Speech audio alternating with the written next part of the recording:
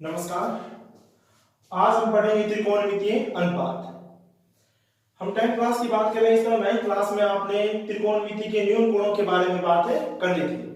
थोड़ा सा उसका रिवाइज कर लेते हैं, उसके बाद हम बातें करते हैं। त्रिकोणमिति तीन कोण हो, साथ में तीन ही माप हो, उसकी बात हो रही है, यानी कि त्रिभुज की बात हो रही है।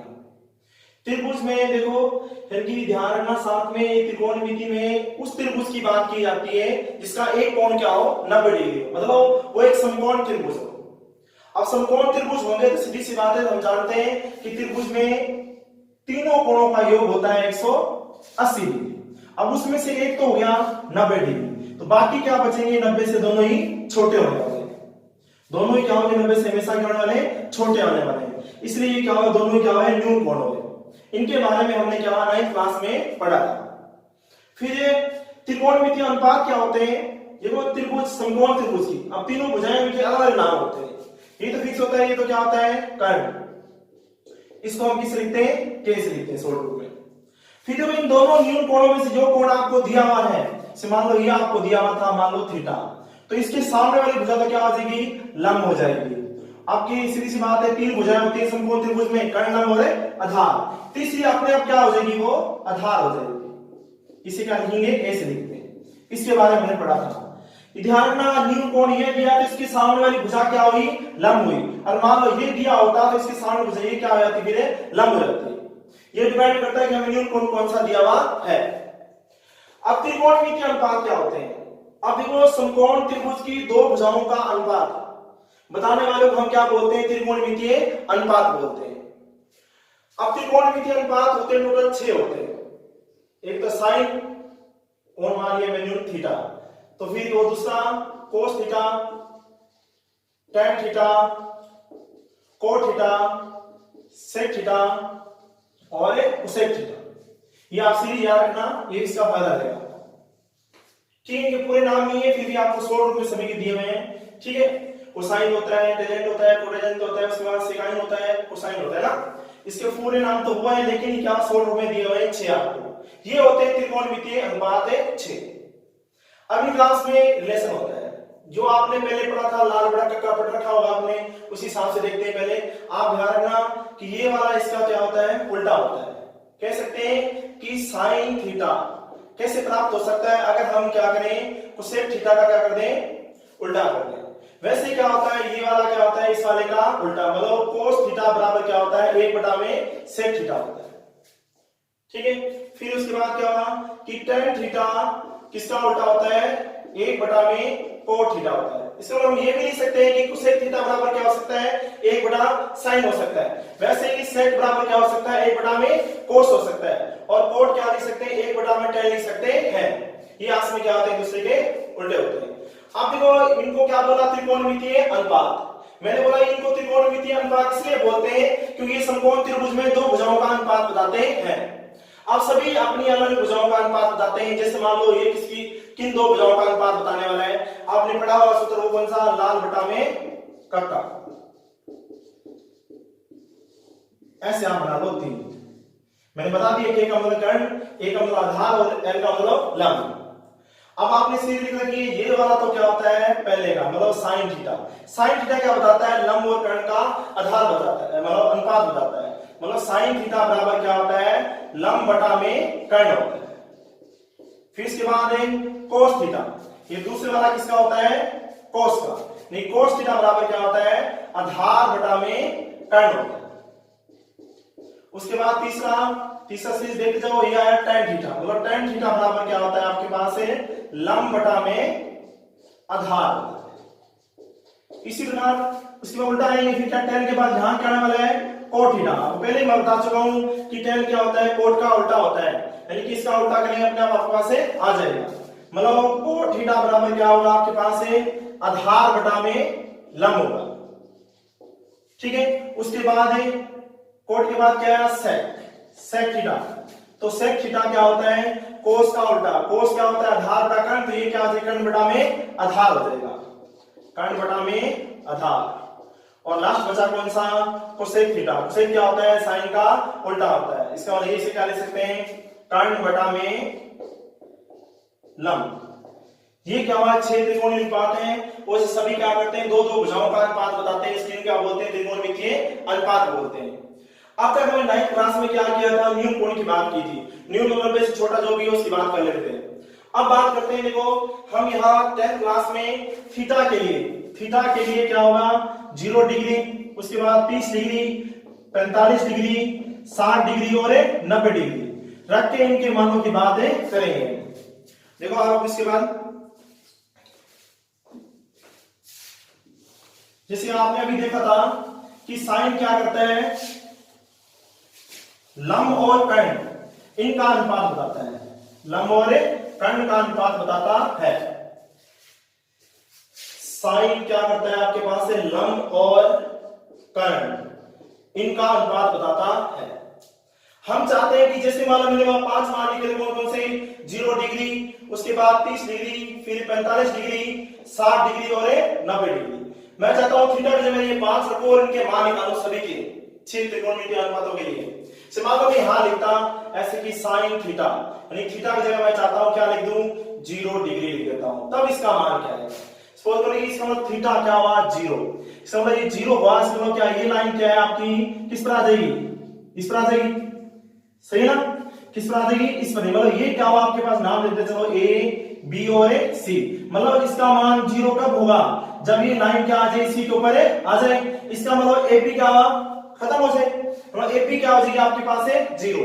मतलब आपको पता है कि लंब, यहाँ पे लंब कौन है, ए बी है, और उसके बाद इसे कौन आता है, कर्ण आता है, कर्ण कौन है, ए सी है।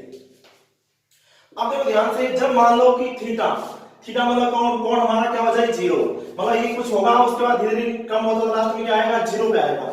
इसका मतलब एसी क्या होगी, कहां पे आ जाएगी, बीसी पर आ जाएगी, एसी कहां जाएगी आपके पास है, बीसी पर आ जाएगी, ऐसे होगा ना। अब कह सकते हो कि आपका जो कर्ण है वो किसके बराबर हो जाएगा, बीसी के बराबर हो जाएगा, कर्ण तो किसके बराबर हो जाएगा आपके पास है, बीसी के बराबर। लेकिन आपका जो लंब है, लंब जो ए बी है वो क्या हो आपका खत्म हो जाएगा, मतलब क्या सकते हो आप, वो क्या हो जाएगा, 0 हो जाएगा।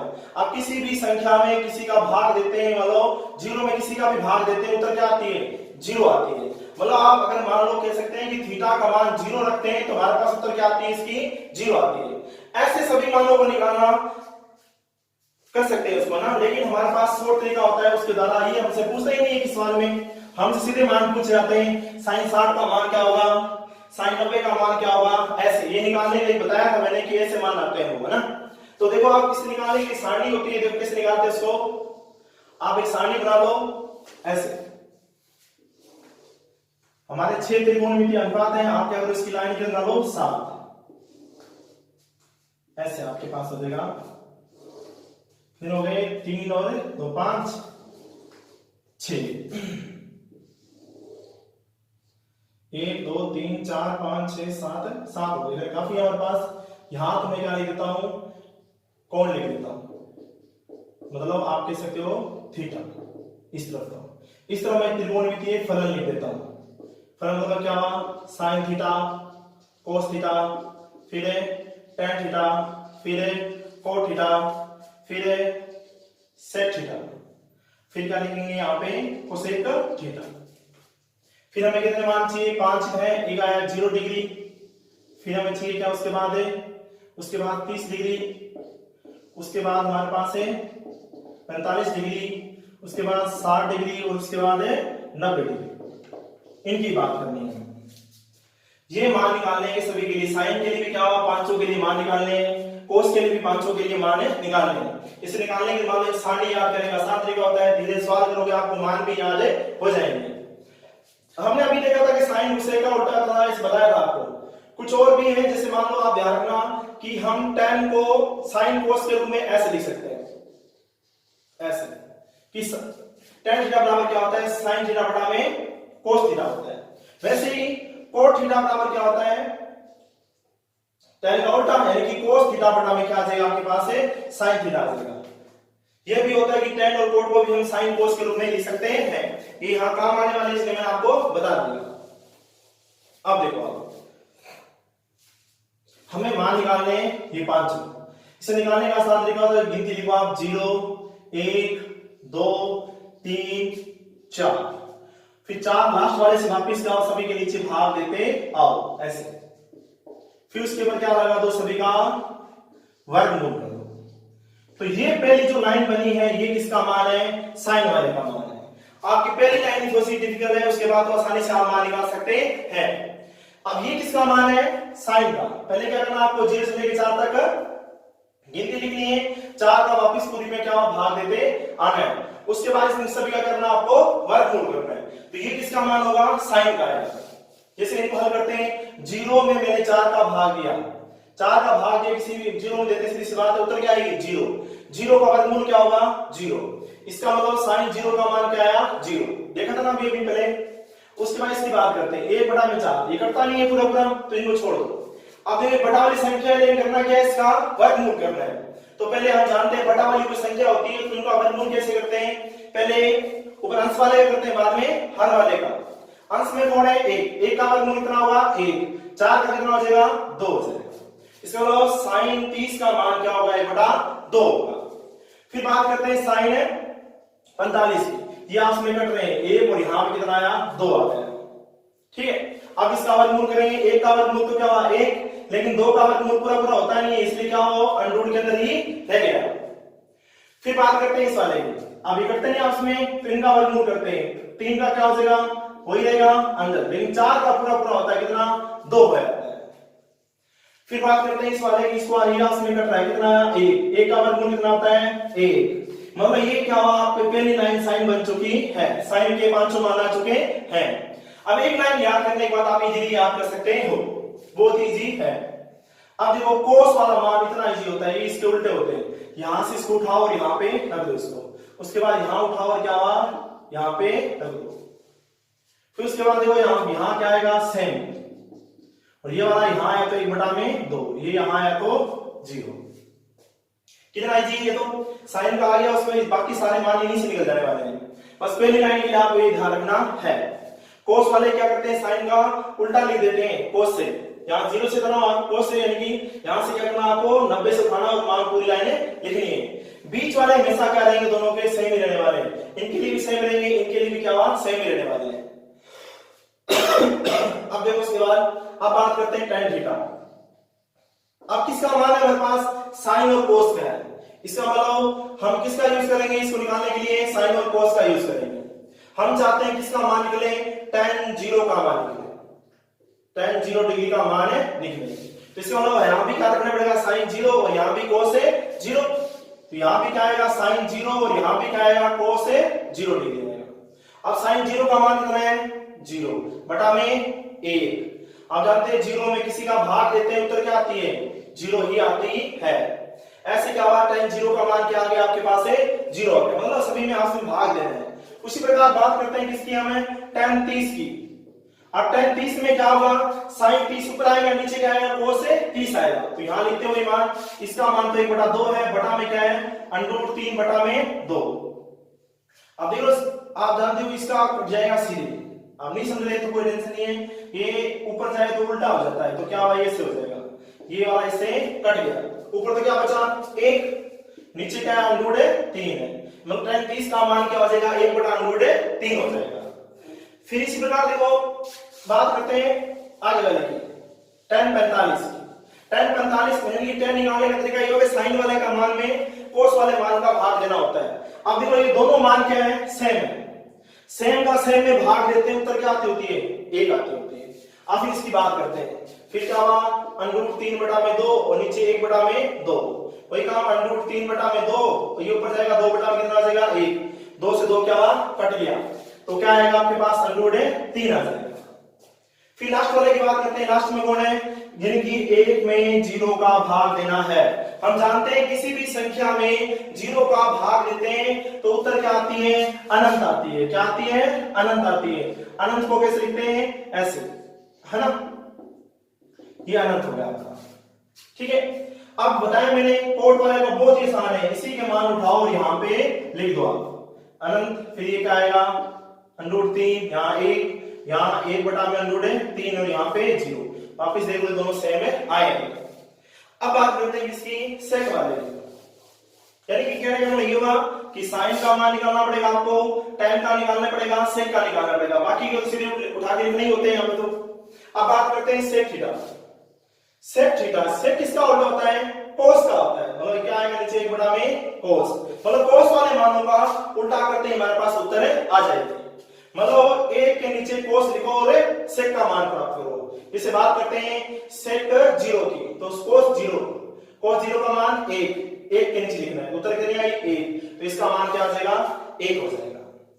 फिर बात करते हैं cos इस वाले, इसको भी क्या लिखना है 1 के नीचे लिखना है ऐसे, तो ये ऊपर जाएगा तो क्या हो जाएगा उल्टा हो जाएगा ऐसे, यानी क्या है इसका उल्टा ही करना होता है ऐसे, तो क्या आ जाएगा 2 बटा अंडर रूट 3। अब इस वाले का उल्टा करेंगे तो क्या आएगा, तो आप देख लो अंडर रूट 2 बटा में 1 को हम छोड़ सकते हैं। अब इस वाले का उल्टा करेंगे तो क्या आएगा 2 बटा में 1 को हम छोड़ सकते हैं। अब इसकी बात करते हैं, यानी कि क्या आएगा 1 के नीचे क्या लिखना होता है cos वाले का मान, यानी कि 1 के नीचे क्या लिखना है cos वाले का मान। जैसे यहाँ किसका मान है 0 है, तो ये क्या हुआ अपने आप मालूम चल रहा है किसी भी संख्या में 0 का भाग देने का मतलब हुआ अनंत, यानी कि sec 90 का मान कितना आया अनंत आया। फिर वापिस ये तो सेम रहेगा ऐसे अनंत 2 अंडर रूट 2 बटा अंडर रूट 3 और यहाँ पे 1। ये आपके पास क्या 10th क्लास में सिर्फ यानी कि 5 ही मान है हमारे सिलेबस में जिनकी का आपके त्रिकोणमितीय मान पूछ सकता है। ये मान याद होने पर ही आपको मान लो कि आपकी त्रिकोणमितीय अनुपात जो आपकी प्रश्न वाली है छठी वो आसानी से हो जाएगी बिना मान कुछ। आप याद रखना साइन का, tan का और sec का, आप बार बार सवाल करोगे अपने आप ही याद हो जाएंगे। ये मुझे तो याद है लेकिन आप बार बार इसे मैं याद कर चुका हूं, वैसे आपको भी हो जाएंगे बार बार करने पर सवाल करेंगे। जैसे मान लो एक सवाल करते हैं,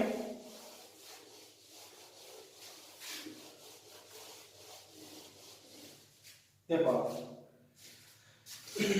आपको दे दिया sin 30 cos 60 फिर sin 60 cos 30 ऐसे सवाल दिया होगा। हमें क्या है कि इसका मान ज्ञात है किसी, तो मान रखने पड़ेंगे हम सारणी से। हम देखेंगे sin 30 का मान कितना होता है 1 बटा में 2 होता है, cos 60 का मान कितना होता है वो भी 1 बटा में 2 होता है। फिर sin 60 का मान क्या होता है अंडर रूट 3 बटा में 2 होता है। फिर cos 30 का मान भी क्या होता है अंडर रूट 3 बटा में 2।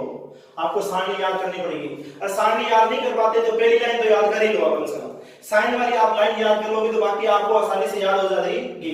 आप ध्यान रखना sin 30 और cos 60 सेम होता है, sin 60 और cos 30 क्या होता है सेम होता है। आप इस तीसरा गुणा करोगे आसानी से आप मालूम कर जाएगा मान। 1 का गुणा 1 से तो कितना आया 1, 2 का 2 से कितना हुआ 4, अंडर रूट 3 का अंडर रूट 3 से गुणा किया कितना आया 3 बटा में 2 का 2 से कितना हुआ 4। ये तो आप समझते हो ना अंडर रूट 3 का गुणा अंडर रूट 3 से, इसका मतलब क्या हुआ कि अंडर रूट 3 की क्या हुई स्क्वायर हो गई, ठीक है। अंडर रूट स्क्वायर को हटा देती है तो क्या आता है आपके पास से 3 रहता है। आप ऐसे भी कह सकते हो कि अंडर रूट का मतलब क्या होता है इसकी घात कितनी है आधी है, इसकी घात कितनी है आधी है, इसका मतलब ये भी घात इसकी क्या हुआ आधी। अब आधार क्या है सेम, तो घातों का क्या हो जाएगा इसका योग हो जाएगा, 3 की पावर क्या आ जाएगी 1, यानी कि 3 आपके पास है आ जाएगा, ठीक है। स्क्वायर है अंडर रूट को हटा देती है। अब देखो इसका मतलब कितना आया 4, ठीक है। अब यहां तो आएगा 1 और यहां पे 3, कितना हो गया 4 बटा में 4, यानी आपके पास उत्तर देने आ गई 1 आ गई। इस प्रकार के आपके सवाल होने वाले हैं, आपको वो सारणी याद करनी पड़ेगी पहले। कुछ सवाल और हैं, जैसे एक सवाल कर लेते हैं, आपको दे दिया cos 45, चलो cos और लेते हैं, चेंज करते हैं cos 30, नीचे दिया sec 30 प्लस cosec 30। आपकी मर्जी है क्योंकि किताब में सवाल दिया उससे मैं थोड़ा अलग कर दिया, आप चाहो तो बिल्कुल सेम का सेम कर सकते हो। आप सेम करना चाहते हो लिख देता हूं मैं 45। देखो अब इनके मान रखने और इनका मान ज्ञात करना है। देखो cos 45 का मान क्या होता है 1 बटा अंडर रूट 2, साइन और cos दोनों का क्या होता है सेम ही होता है 45 के लिए। अब sec 30 आप याद नहीं कर पाते सीधे हो कि sec किसका उल्टा होता है cos का, किसकी बात हो रही है 30 की। cos 30 का मान क्या होता है अंडर रूट 3 बटा 2, कहां से आया sin 60 के बराबर। अब cos 30 का मान होता है √3 बटा में 2 होता है, तो sec क्या होता है, cos का उल्टा होता है, √3 बटा 2 का उल्टा कितना आया, 2 बटा √3 आ गया। फिर बात करते हैं cosec 30। cosec किसका होता है उल्टा, sin का होता है, sin यानी कि 30 का मान क्या होता है आपके पास ध्यान होगा तो कितना होगा, आपको मालूम है कि 1 बटा 2 होता है, 1 बटा 2 का उल्टा क्या होगा, 2 बटा 1 होगा। ये तो क्या होगा इसके मान। ऊपर वाला तो कहना ही है इसलिए उसको छेड़ना नहीं है, नीचे वाले का लघुत्तम आ रहा है, कितना आ रहा है, √3 आ रहा है। ये देखो इसका भाग इसमें देंगे, सेम ही है इसलिए क्या होगा, 2 रहेगा। इसका भाग इसमें दिया तो कितना आया, √3 आया। √3 का गुणा किससे होगा, 2 से, तो क्या होगा, 2 √3 आ जाएगा। फिर देखो ये तो कहा जाएगा ऊपर और ये कहा आएगा नीचे, ये ऊपर ले जाते हैं ना, 1 बटा √2 गुणा में आपके पास क्या आया, ऊपर तो आ गया √3, नीचे क्या आया 2 + 2 √3, ये आपके पास होगा। फिर बात करते हैं आगे के साथ। अब ये √ में है तो आप चाहते हैं कि अब ये सवाल मान हल हो चुका है, लेकिन हमारा ध्यान रखना कि गणितीय रूप के हिसाब से उत्तर वो होती है इसमें हर में क्या हो, यानी कि इसका प्रमेयकरण होना चाहिए और हर में क्या हो, √ वाली संख्या ना आए। उसको हटाने के लिए आप चाहे 2 तरीके हैं, जैसे आप मान लो ऐसे एक बार में कर लेते हैं, सही रहेगा। मैं इनको गुणा कर रहा हूं, ठीक है। अब इसमें से कॉमन क्या है, 2 आ रहा है, क्या कॉमन आ रहा है, 2। यहां क्या बचा, 1 प्लस, और यहां क्या बचा, √3 बचा। लेकिन गुणा में कौन है, √2 भी है, ध्यान रखना। 2 कॉमन ले लिया, यहां ले लिया √2 कि बार बार ना प्रमेयकरण करना पड़े, एक बार में भी हमारा सवाल हो जाए। तो यहां तो 2 रहा, इसका गुणा इससे और इसका गुणा इससे कर देते हैं, तो क्या हुआ, √2 प्लस √ कितना हो गया, 6 हो गया। यानी ये भी √ ये भी √ तो क्या हुआ, दोनों एक छत के नीचे आ गए, ये हो गया √6। अब करते हैं इसका प्रमेयकरण। प्रमेयकरण करने का तरीका होता है, जो √ के अंदर होता है उसके बीच वाले दो पति हैं, 2 आपको उसका निशान चेंज करो। जैसे मान लो 2 पति हैं, ये आपको क्या है कि बीच और निशान, जैसे मान लो कोई भी हो सकता था, मान लो ये जैसे आपको दिया हुआ है प्लस, जो भी निशान दिया उसका निशान चेंज करके ऊपर नीचे गुणा कर दो, तो लिख देंगे हर का प्रमेयकरण करने पर, तो क्या होगा, √3 √2 प्लस √6, तो किससे गुणा करेंगे, √2 माइनस √6, √2 माइनस √6 से हमने क्या कर दिया, गुणा कर देते हैं ऊपर नीचे। इसका गुणा इससे कितना आया, √6, इसका इससे क्या हुआ, √18 बटा में 2 तो है। अब ये देखो ये बना a प्लस बी और ये बन गया a माइनस बी, बीच में निशान किसका है, गुणा का। a प्लस बी गुणा a माइनस बी बराबर क्या होता है, a² माइनस b², यानी कि पहले की स्क्वायर माइनस दूसरे की स्क्वायर। तो वही काम कर रहे हैं, पहला कौन है, √2 की स्क्वायर माइनस √6 की स्क्वायर। फिर क्या हुआ आपके पास, √6 माइनस √18 बटा में 2, √2 की स्क्वायर क्या होगी आपके मालूम है, मैंने बोला था √2 को हटा देती है, 2 माइनस कितना आ जाएगा, 6 आ जाएगा। फिर देखो कितना, माइनस का 4 का गुणा किससे होगा, 2 से, तो देखो यहां से क्या हुआ, √6 माइनस √18 बटा में क्या आया, माइनस का, यहां से 4 गुणा में 2 कितना हुआ, माइनस का 8 हो गया। अब इस माइनस के निशान को हटाना चाहते हैं, ऊपर से कॉमन ले लो माइनस, जब माइनस कॉमन लेंगे तो क्या आएगा, √18 माइनस √6, नीचे क्या, माइनस का 8, माइनस से कट गया, तो हमारे पास उत्तर क्या है, √18 माइनस √6 बटा में 8। ये आपका क्या हुआ, इसका हल।